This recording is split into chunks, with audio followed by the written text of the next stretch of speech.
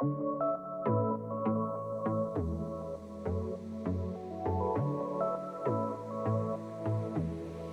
hello. Hi. It's Amanda and Sam, and we are back. With nuance needed. So we are going to talk about whether or not you want to have kids. And specifically, I started a Substack called Fence Sitter, which is kind of exploring this topic. And Sam, why are you interested in this topic? Well, I think, first of all, we just wanted to start with something that was really light, really easy, not controversial. That was where our mind went when we were like, what is the calmest thing we could talk about? Choosing to have children. Like, that's the most neutral, non-opinionated topic. That's what we chose. So let's just lead with that. However, I think being someone who is single, you see the world differently in that way. And I think there are so many arguments coming at you from all directions all day. And unfortunately, the algorithm really betrays you as a woman when you enter your 30s. Oh, okay, God. Because all of a sudden, it just starts like pumping you with like baby stuff. And like there's the child-free, accounts that pop up. And then there's the like, all of a sudden I've been getting like homesteader accounts. And I'm like, how did this happen? Like, I don't want this. Yeah. So I think seeing your Substack and then also having clients communicate to me how helpful it was. And some of them are married, some of them are single, some of them are partnered. So I just felt like it was a really interesting topic for us to chat about. Yeah. And for people that don't know, I have a child. I was on the fence for a long time and ultimately decided to have a kid. And she is a little over a year now. And I kind of started writing about this. I was very interested and wrote about this before I had a child, but I feel like this is my way of kind of talking to my previous self and I promised myself when I had, not that there's anything wrong with this, but I just feel really, especially because I'm pretty sure I'm only going to have one child, I feel like I'm in this unique position where I still remember what it was like to be undecided, where unfortunately, something does happen that I can attest to when you become a parent, and it's very easy to pretend like you never felt that way. Yeah. So I'm trying to, I don't know, reconcile who I was, who I am, how parenting has changed me, and this is sort of my way of doing that. Yeah. Let's just dive right in. Yeah. Were you ever at a point saying to yourself, I don't want kids? Or were you always a fence sitter? I was always a fence sitter, but I went through a period of time where I was like, why do people do this? I really don't understand. And I got very frustrated and triggered because I had a lot of friends who got married and had kids simultaneously, essentially. Like they got pregnant and then immediately got married or immediately had kids after getting married. And I very much was always like, marriage and children are separate things. And I think that was in my mind and just in my relationship with my husband. It was always, we had thought we would probably have kids, but it wasn't a package deal where I think a lot of people, especially depending on how old you are, you're like, we're getting married to enter into this next stage of our life to have children. Right. And I was very frustrated when I saw people lumping these two things together because I was like, they are separate. And I felt this like faux pressure, I think, once I got married. Because once you get married, a lot of times people do come out of the woodwork and start asking you when you're going to have kids. Well, I think it's the standard socialized map. Yeah. You date, you get engaged, you get married, you have kids. Yes. That's it. Exactly. It's that linear, you're done. Yes. So I think that was part of it. I mean, so after we had been married for, especially I think COVID really kind of messed me up because I had this plan of, we got married in 2019. We wanted to travel and do all these things before thinking about having kids. And then, we're all locked up for multiple years. COVID was like, your dreams. Exactly. And we didn't travel at all or do very much. And that led to a bit of a crisis for me when I turned 31 kind of and 30 of I was like, I haven't done all the things that I thought about. And now it feels like my clock is ticking. And, you know, I seriously considered freezing my eggs because I was like, maybe then that could give me some time to decide. I felt a lot of pressure to decide because my mom struggled a lot to have kids. And I assumed I would struggle a lot to have kids and it would take years. So it made me be like, I was never like, I'm not going to have kids, but we did go through a period of time of being like, we may wait a long time or we're not sure, / this looks miserable. Why do people do this? Right. Yeah. Which I wish people talked about because it does look miserable. No, it does. And I think... Yeah, you not having kids, how do you feel about how it looks? It depends because you see the content. I really like babies. I don't have any ill will towards babies, like especially let's talk about the baby agenda. No. Yeah, I especially like growing up in a very religious, conservative religious background, babies were very common. And I liked babies. Like I remember liking to hold babies, taking care of babies. I wasn't intimidated by babysitting or things like that. And when I was younger, I remember thinking like, I really want this. Like I do. But then you get older and life happens. And the longer you go without it, I'm like, I really like not driving to sporting events on Saturdays. Like there's just, and so you start to think of it in those terms of like, okay, I would love a cute, squishy little baby, but then that little thing grows up into a person that requires you to be even more involved with if you truly want to be a responsible parent. And so that's the part that I think of when I think of parenting. Like the baby stage doesn't scare me.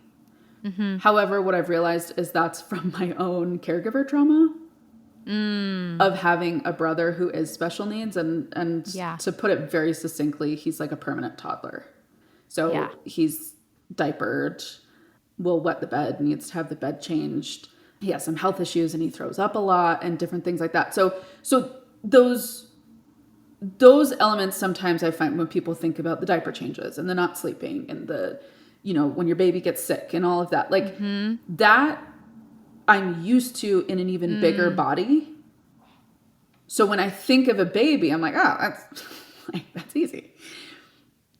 But then I'm like, do I really want that though? Or am I just used to it because I'm used to taking care of someone? Yeah, that's such a good point. I'm used to helping take care of someone and feeling like that's my role. And so do I want to do that to someone who is completely mine? Right? Or do I actually not want that? And so those are the thoughts I go back and forth with. I think it's interesting, Sam, though, that it's made it more comfortable for you instead of having, like, I think some people, right, could have the opposite reaction of like, oh my God, I've seen what my parents have been through. I can never do this. Well, the special needs component really weighs heavily on me, especially being someone, I'm 33. Yeah. And so I'm going to be quote unquote older. Like I will have a geriatric pregnancy, which I hate. Worst term. That term so much. It is rude. There's no way we can't come up with a better term. Yet the special needs thing as an older person giving birth really weighs on me. And so that is absolutely scary. Yeah. In recognizing the level of sacrifice that it requires to have a child with special needs. And so it's hard sitting in this position because then there's so much noise. There's so much noise to the decision of having children. And I'm sure every single person listening right now can relate to that. And that's what makes it so hard is now, like our brains are not hardwired to filter every single person's opinion on every single thing. Such a good point. And that's what makes us so freaking anxious, is we're seeing this huge spectrum of like, well, this influencer benefits from painting motherhood as the most perfect thing in the world, while this influencer benefits from painting it as the most annoying thing. She regrets it. She's not happy, blah, blah, blah. And then there's people in the middle that are like, well, it sucks, but like you learn to live with it. Or then there's people that are like, well, like I thought it was going to suck, but it's actually really good. So that's the confusion. There's no end. Social media, yeah. I mean, I think that I feel like, I mean, and people disagree with me on this, but my personal algorithm felt like it has swung so far in how bad motherhood was. And maybe that was because I got caught on, I just remember Laura Cleary. You know, Laura Cleary on TikTok, she's like an actress. She's sober. She had this extremely potent, we could play a clip, video of like crying postpartum. And I remember watching it and showing it to my husband and being like, oh my God, what? Like, how do people do, and just being like, people look like they're going to kill themselves over this. Like, this is horrible. And I didn't see any, it just felt like there was no middle. It was people are horribly upset, are going to regret it, or this is, you know, so the best thing in the world. It completed them. And I knew instinctively that wasn't going to be me.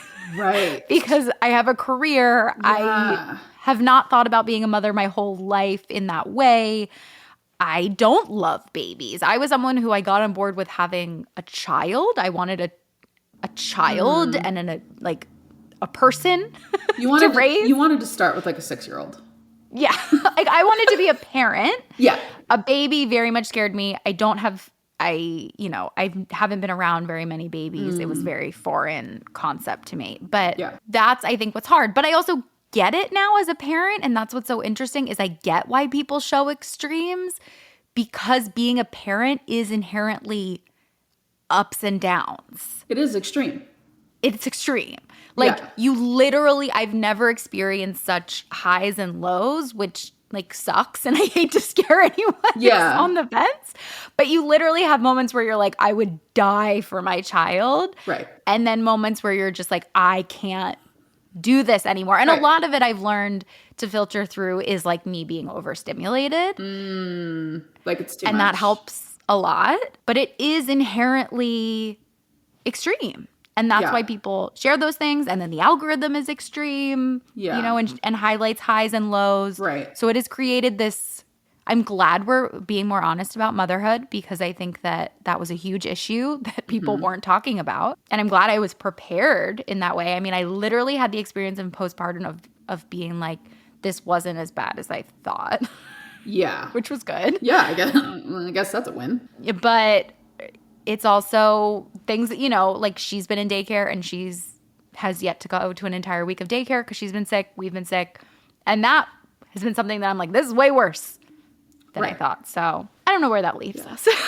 I think, and this is what I say to my clients who are either in the fertility journey or they're considering it or they're, you know, processing this idea of being on the fence. It is so hard parenting is literally the only thing you cannot try. Totally. Like, yes, you can babysit. Yes, you can be like, oh, like I watch my nieces and nephews or I watch my friend's baby. Like, no. It's not the same. Completely different. You can test out friendships. You can test out jobs. You can test out living with your partner. Like, you can change your mind about pretty much everything else. You can get a divorce. Yep. You can quit your job. There's so many things that you can try and leave. Basically anything. This is the one thing that once you're committed to it, you go to jail if you try to back out. Straight to jail. Right to jail. Like, that's, like, it's true. And I think that it's so unknown. And then let's not even talk about the pregnancy journey, right? Like, nobody knows how their body is going to respond to that. They can try to be like, well, like, my mom just went in the backyard and had a baby and it was fine. But, like, you know, you don't know. You don't know how sick you're going to be. You don't know how it's going to impact your body until you go through it. And then once you're through it, it's too late to do anything different. So I found with my clients, that's the element that feels the most daunting, is just how unknown it all is. I totally agree. That when I was trying to decide, that was my biggest fear, was that I would regret having a child. Right. And I think what is so hard is you also can't even the data, when you look into the data of, because I got very obsessed with like the data of like who's happier, parents or non-parents, and what are the reasons why, and all of that. You can't even really compare the data very well, because when parents say they regret having kids, I think a lot of times they're saying it in a moment or a period. Like, kids also change so quick and fast. You would have to survey someone at the end of their life. Right. At the end of their parenting journey. And very few surveys of those have been done. And also, it's like this very weird thing where parents say that, like, parents are often unhappier. But parents say that the thing in their life that makes them the happiest It's their kids. is having kids. Right. Which is the most weird thing to think about. And then you factor the other thing is, a lot of times when people have kids, their lives shrink. Right. So kids become more important in their life, and they can't be as neutral about saying what makes them the happiest, because they don't do as much. Right. Yeah, it becomes this all-encompassing experience.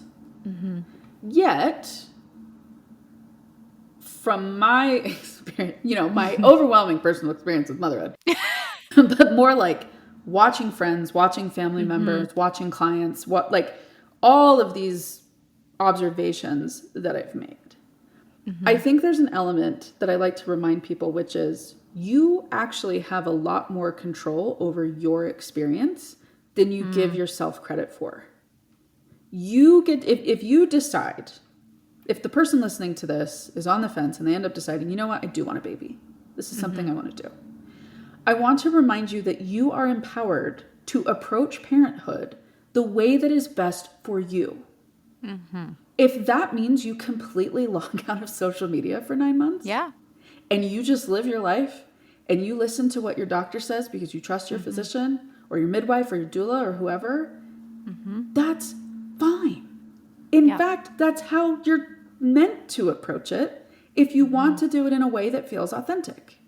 Yeah. There is nothing that says your experience will have to exactly mimic this disaster that you're witnessing unfold on someone's Instagram page or their TikTok page, whatever. Like, I want to remind you, like, if you are sitting on the fence, you have so much more power than you give yourself credit. And I think, Amanda, in the conversations that you and I have had privately, that's what I've heard from you. You've made it work for you. Yes. And I think we have this, I think when you're trying to imagine your life, or you're trying to be like, oh my God, if this ever happened to me, I wouldn't recognize myself, and that would be horrible. Right. I think you also have to remember that, like, you will change through this. Some of the things that I do now, I probably, if a previous version of myself saw myself, they would be like, what? You're like worried about, your kid crying when they go to daycare or whatever? Like, you should never be the person who's like that or whatever. Right. But you get to also be the one that changes. You get to be like, you're not going to just wait. I think there's such a fear of like, I'm going to wake up one day and not recognize myself. And I think that's the most reassuring thing that I would tell people is that's not actually true, though. Right. You are still living every day of your life. Right. You may stray from where you thought you were. You may change, but you are still an active participant in your life and changing. And just because you change or you do things differently doesn't mean that someone else hijacked your life and you became someone else. And I think that's like the weird narrative that scares people online, is that they're going to wake up one day and not recognize themselves. And like, you also get to participate and change or not change. Well, absolutely. Agree with everything you just said. And also, you're evolving regardless. I promise you have gone through something in your life that you quite literally woke up one day and felt differently.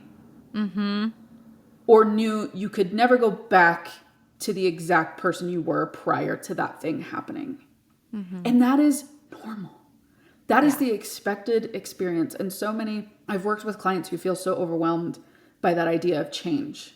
And that it's this huge monumental thing that just like demolishes your life. And Yeah. sometimes there are events that are unexpected, sudden, out of nowhere. And it does feel that way. Yeah, like trauma, I think Trauma. is a very good example. Like you're Yes. not choosing the trauma, you're not Right. walking through Right. and choosing to change from the trauma. It changes It you. changes you. And it's okay that you can never go back to the person that you were. You shouldn't. Because you get to grow and learn and evolve from these experiences. Yeah. And I think with parenthood, that's how I think of it as a single person is, you know, like when I think of it for me and like moving forward, I'm leaning towards it is something that I want at this moment. So the preparatory work I'm doing now is getting really clear on what are my values? Like what is really important to me in my life right now that I will be able to communicate to my future partner to be able to say, look, like this is something I need time for. Yeah. Like I need to be able to do this, or this is what matters to me and how I raise my kid, or like, but then understanding once I get there, I might feel differently. Yeah. But it's that choosing to do preparatory work now to work on me, to work on my mindset and the way I cope with things and handle things, and building a life that feels authentic and intentional. Yeah. And that when a baby does fit into that, it won't feel as daunting, I think. And maybe there's some person listening to this and they're like, you're insane. And that's fine. Well, I mean, I think it's also important, and you know, we try to be as PSA, Right. acknowledging all the nuance as much as possible. Right. But if we actually acknowledge every single nuance, the whole podcast would just be us acknowledging nuance. I think what's really unfair about everything, but especially parenthood, is like it does also come down to privilege, 100%. right? Like 100%. it is so fundamentally unfair that it is much easier to be a parent if you have money and you can afford help and you can afford, care like that. That is what's so fundamentally unfair is you can be more in alignment with your values when you have if money. you have help. Yep. Yeah. Or families and or family support, people in your Friend life, support. a flexible job. Yeah. Absolutely. All of that. And that's, I think, what's so hard. But I think it's also important, and you brought up a good point, Sam, of we can spend all of our time thinking about what we don't have, or we can try to focus on where we do have agency, even if it's a very small amount. And that's where we can feel empowered. Right. Yeah, absolutely.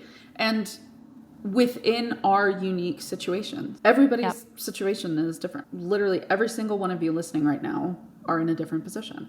There might be similarities, but they're still different.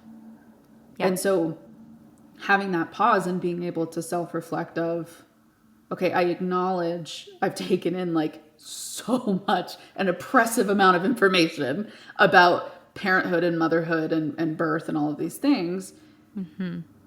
How do I now sit and filter through that in a way that feels aligned with who I am and the position that I'm in my life right now?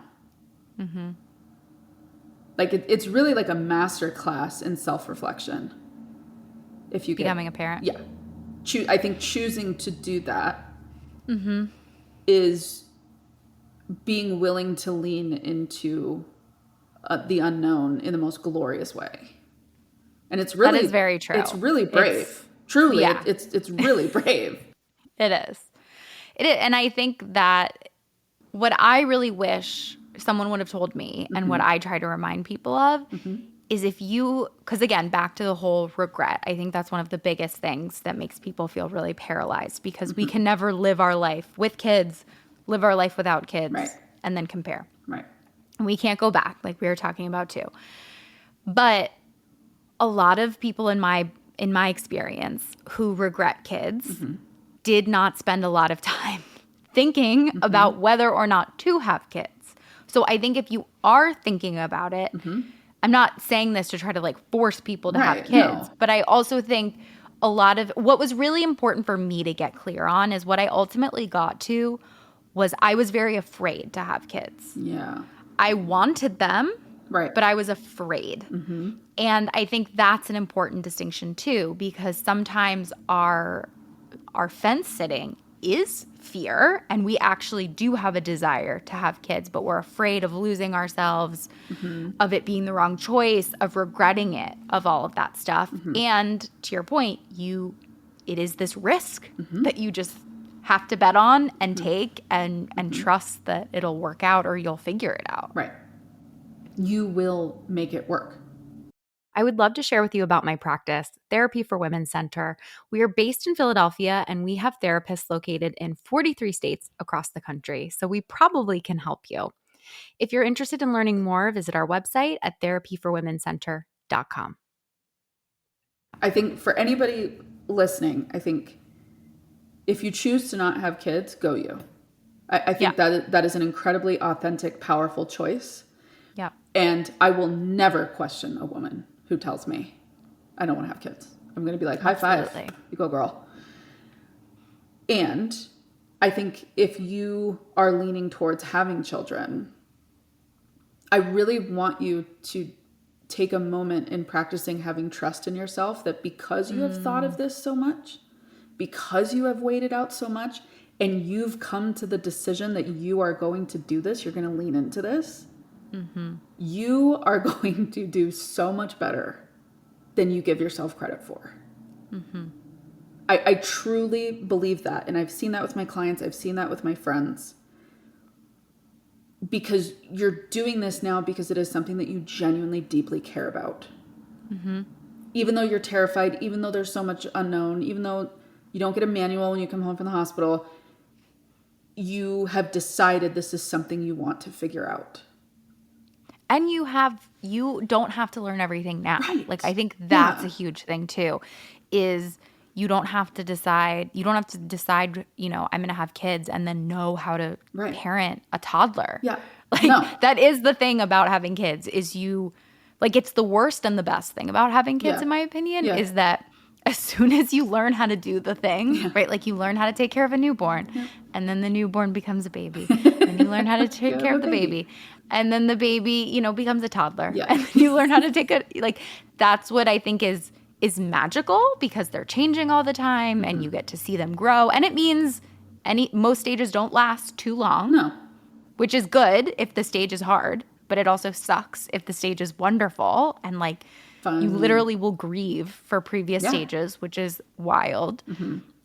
But it also means that you learn as they're learning too. And I think people forget that and think they need to just be a parent and be ready to be a parent. And some people, I think, are very naturally ready to be parents if you are a nanny or were a caregiver, or, even some of the stuff you were talking about, Sam, you sound much more prepared than I was to have a baby. Yeah. But you also get to learn alongside of them and trust yourself that you will continuously figure it out and get better and learn. And I think what you need to be a good parent is a commitment to learning. Right.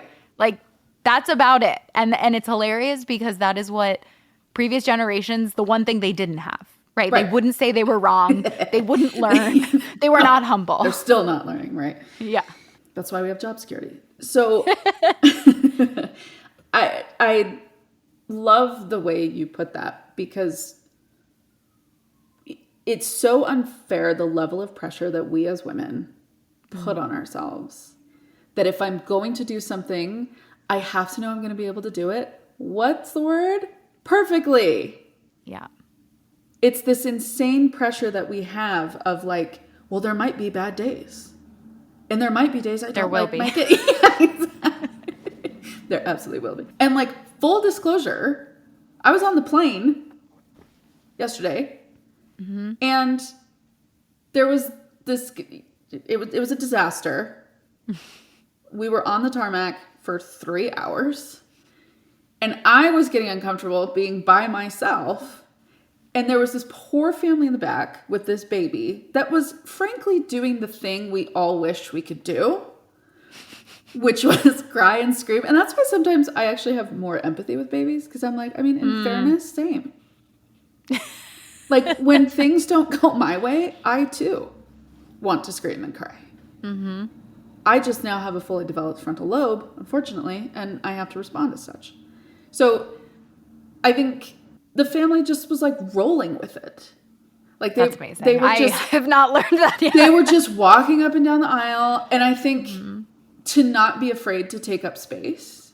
That, like, if you don't want to worry about having a baby on your flight, I guess you're going to have to fly private for the rest of your life. Because, or never fly with a baby. Yeah, like, because children are in the public space. Mm-hmm. And so watching that, there was a part of me that was torn of like, oh, this is so nice that I don't have to worry about that. Mm-hmm. But then that's one moment in time. Mm-hmm. That's one moment of discomfort that is probably going to be followed up with something that they find absolutely adorable or really fulfilling. Mm-hmm. And it's that yin and yang, right? Like, it all has to exist in one space. There's nothing that's all good. There's nothing that's all bad. Yeah. Like, if you are thinking of this in black and white, that is called a thinking error. Mm-hmm. And it's not helpful, and it gets in the way of you actually doing what you want to do. Yeah, and I think it is whether, like, I think that that's a very good point in terms of, I think a lot of us, especially if you're an adult, you can kind of curate your life in a lot of ways, depending on what you do, to expose yourself to as little inconvenience or frustration as possible. Right. And that is one way to live your life. And I think sometimes I do fall into that. And having a baby is the opposite of that. But to your point, I think when we're deciding, like when I was deciding whether to have kids or not, and I think for a lot of people, even I'm rewatching Sex and the City, and it's very interesting. I was talking to you about this offline. Yeah. It's very interesting. There is early in the season, they go to a baby shower of one of their like old friends, and it's this whole thing about, babies are disgusting, and this girl like gave up on herself, and they go to Connecticut for the baby shower, and it is just then, you know, Samantha throws I'm not pregnant, like I'm not having a baby party, kind of like as a celebration of anti-baby shower. Yeah. And I think it's so interesting because on one hand, we kind of like hold mothers up, you know, and assume every woman will have kids and should have kids, and there's something wrong with them. Mm-hmm. But then at the same time, we also like don't support mother, right? Like we could do a whole episode on this in terms of, you know, abortion care and maternity leave care and all of that stuff. Childcare, all of it. So it's so interesting how we hold up mothers to this, and we act like we care so much, but we also kind of like tear them down, make fun of them. Like when people talk about having babies and how babies are terrible, or when I was thinking about having a kid, all I thought about was, I don't think I could ever potty train a kid. I don't want to do diapers. I don't want to not sleep. I don't want to, you know, not get out of bed. I don't want to be sick. I don't want all of these things. But you're not just getting that. And I think that's what's so hard about making the decision is a lot of the intangible or a lot of the benefits or the love or the things that people really feel connected to when they have a child are intangible things that don't make sense if you don't have a baby or don't seem to counteract. Like if someone told me, yeah, it sucks to potty train my kid, but the way they look at me, it's just wonderful. Yeah. You're like, what? So like, that's what are you talking about? I don't want to be But looked when at. It's your kid, now that I'm a parent, I'm like, yes. The way that my daughter giggles. I mean, I could talk to you about how I'm obsessed with my daughter's tongue, which is so weird, but she has like the cutest tongue. But that's what I mean. Is like, right.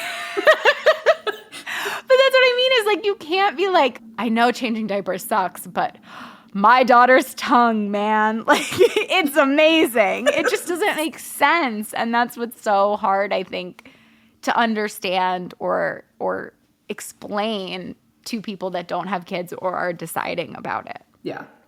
I mean, in fairness, you made that tongue. Like, you can be... It is my flesh and blood. It's mine. Yeah, like, what is it? I think Meghan Trainor said in an interview where she's like, I made balls. It is weird. Mean, you're like, touche. you know, you're making a human, you literally. are making a human. And so with that comes things that you are going to be proud of. And you should be proud of that. And one day she'll listen to this and be like, I want to die. Yeah, I think what I just keep coming back to, and as someone who is single and doesn't have kids, I am enjoying my life now. And I am living my life now. Mm-hmm. And I am trying to put into practice a lot of these same ideas that we're talking about of like acceptance and surrender and patience and, you know, leaning into nuance. These are lessons that you can start working on now. Mm-hmm. Even if you're still undecided and you're really on the fence and you feel like every day it's different, there are things that you can be doing to work on yourself now. Not saying that like you're a project at all, but, you know, okay, are you worried that you're someone that doesn't have patience? Do you want to get better at having patience? Mm-hmm. Right? Oh, you're someone that gets really anxious. Are you wanting to actually tackle your anxiety? Mm-hmm. Right? Like, if you're starting to tap into these more like root core issues as you start to think of this idea of like motherhood, doesn't all have to be through the lens of motherhood. Yeah. It can be, ooh, like I just identified something that I'm either self-conscious with or I don't like or something that I really struggle with. So I'm just going to turn inward and I'm going to do a little bit of work on that. And I'm going to see what comes up for me in that. It doesn't all have to be this like, I am at this mega fork in the road and I have to make a choice. Yes. It can be, as we said before, an ever-evolving journey. And I feel like, again, rounding it out, that's the journey that I am in now. Is like, as I think about the idea of being a mom and all that that entails and my trauma around being a caregiver in that, I'm working on those wounds. Mm-hmm. Because if I do decide to have a kid, it's not my kid's fault that I had trauma. Yeah. Right? And that is one thing as a parent that I don't want to do, is I want to break that chain for me. Mm-hmm. That chain of like the stress and the angst that I have felt as a caregiver and the frustration and the bitterness and the resentment that has come with that. Mm-hmm. Well, I've also started to acknowledge that helping care for my brother gave me like a pretty damn strong backbone. Yeah. I'm a pretty resilient person. I'm not perfect by any stretch, but I'm a real tough kid and I can handle my shit. They said, babe, you got to fake it till you make it. And I did. And so it's like, whatever situation you're in, as you're being reflective of this, you can do work now. Talk about it now. Talk about it with your therapist. Say, I really want to get into that. I really want to be working on that. Talk to your partner. Like, talk to your friends, but not in a way of like keeping in this binary of like it sucks or it's the greatest thing ever. Start making it more personal to you. What are your values? What are you aligned with? What are you wanting? Right? Instead of being so concerned with like, what's that one girl's name that Nara? Have you seen her content where she's like, my husband this morning decided that he wanted a sandwich, and so like I woke up at 3 to make the bread, and then I made the filling, and I made the yeah. It's not satire, but it seems it's like satire. No, it's like real. Lord love her, more power to you. But that doesn't have. Oh, is she the one that like is like my kids have never tasted Pop-Tarts? Yes. So I made Pop-Tarts from scratch. Pop-Tarts from scratch. I made the dough. Yeah, or it was like cereal or something. Or made cereal. Yes. I think she was like, I made a homemade cinnamon toast crunch or something. Yeah, Lord love you. Like, that's great. Right. But I think understand, like, There are a lot of incredible, I'm sure she's an incredible mother. She seems to be so invested in her family. That is her passion. That is what she wants to do. I'm proud of her. You don't have to operate that way to be a good mom. That is not the expectation. That is an outlier. Yeah. And she is allowed to be an outlier. That's what she's chosen. You do not have to do that. You get to decide what works for you. Totally. That's all. Totally. And I think you can also, right, like even if you're a parent and you are listening to this too, you get to also decide, and you can continue to work on yourself at the same time while you're a parent. It's not too late. No. It's not done. No. You get to change and adapt and pivot whenever you decide that that is best for you. Yeah. If you want to approach parenthood differently, if you want to approach your marriage differently, if you want to approach your friendships differently, work, whatever it is, like you get to decide to implement those pivots whenever you want. Yeah. You can change. You We can believe in change. I'm proud of you. you. So I think for homework, Sam, I feel like you already kind of said it, but what should we leave people with? I think what I want to leave you with is just giving yourself some breathing room. Giving yourself some breathing room. It doesn't have to be perfect. You also don't have to, I think there's so much pressure, like, and I know it's hard because there are biological clock For sure. restraints For sure. that make it feel like I have to make this decision now. But I also think putting pressure on yourself makes it harder to make the decision sometimes. And I wish more people embraced that. I think there's such pressure to like get off the fence, choose, have kids, don't have kids. But I'm kind of the belief that like it's okay to sit on the fence. Like it's just choose to sit on the fence. Yeah. You know? Like Yeah. as long as you're choosing it, That's a choice. it's an okay place to hang out. That's fine. Yeah. And if you are receiving pressure from people, I'm sorry. That's hard. That's a hard place to be if your family's breathing down your back, your in-laws are breathing down your back, your partner's coming on to you, right? Like trying to push and get an answer. Like, so I want to be sensitive to that as well, that this is like so hard. And that's why I go back to, this is about you. At the end of the day, it's your body.